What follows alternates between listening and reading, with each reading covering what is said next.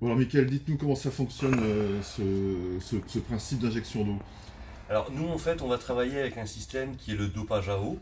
Le dopage à eau va permettre d'augmenter la combustion dans les chambres de combustion et ce qui va automatiquement faire baisser la consommation du véhicule ainsi que la pollution.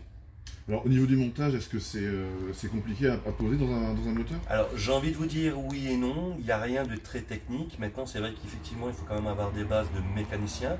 Pourquoi? Parce qu'on va aller chercher les durées de basse pression sur la pression d'air et ensuite récupérer les points chauds au niveau du catalyseur. Alors là, on est sur un moteur Ford biturbo. Est-ce que ça marche sur des petites voitures, Alors, des Dacia, des choses comme ça? oui, tout à fait. C'est un système qui fonctionne sur tout moteur à combustion, que ce soit essence, diesel, gaz, éthanol, hybride.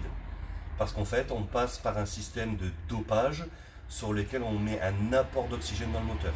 Et ça ne joue en rien sur les paramètres constructeurs. Et en termes de gain, ça se traduit comment pour un utilisateur lambda? En termes de gain, on va parler de 20 à 30% sur la consommation.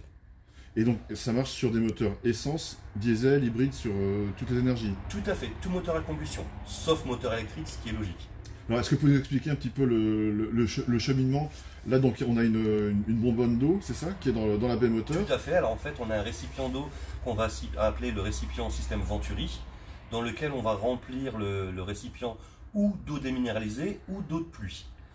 Lequel, en fait, avec le système Venturi, on va créer de la gouttelette d'eau qui, elle, va être aspirée par le catalyseur. Le catalyseur va transformer toutes ces gouttelettes en vapeur et ça va être réinjecté dans l'admission au niveau d'entrée de turbo. Et ça veut dire qu'il y a une reprogrammation moteur nécessaire ou bien ça rentre directement dans le circuit? Pas du tout, ça rentre directement dans le circuit. Le moteur va prendre la partie de dopage qu'il a besoin. Aucune modification n'est nécessaire. Donc ça veut dire qu'en termes de garantie constructeur, vous n'êtes pas embêté là? Tout à fait, on garde la garantie constructeur parce qu'on ne modifie rien. Un ingénieur a sorti un moteur avec un protocole, nous on ne touche pas à ça, c'est un dopage. C'est considéré comme un accessoire.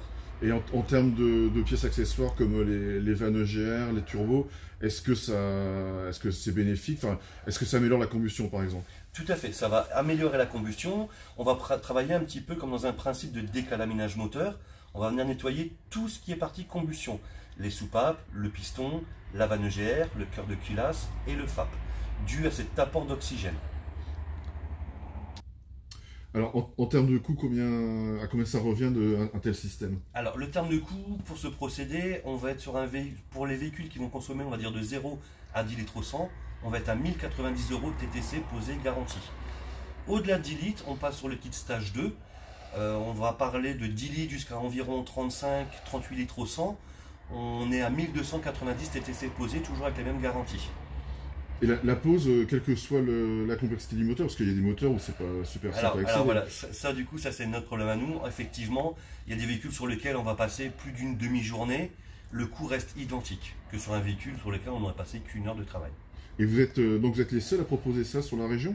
On a l'exclusivité pour tous les Hauts-de-France. On est vraiment exclusif sur ce type de produit.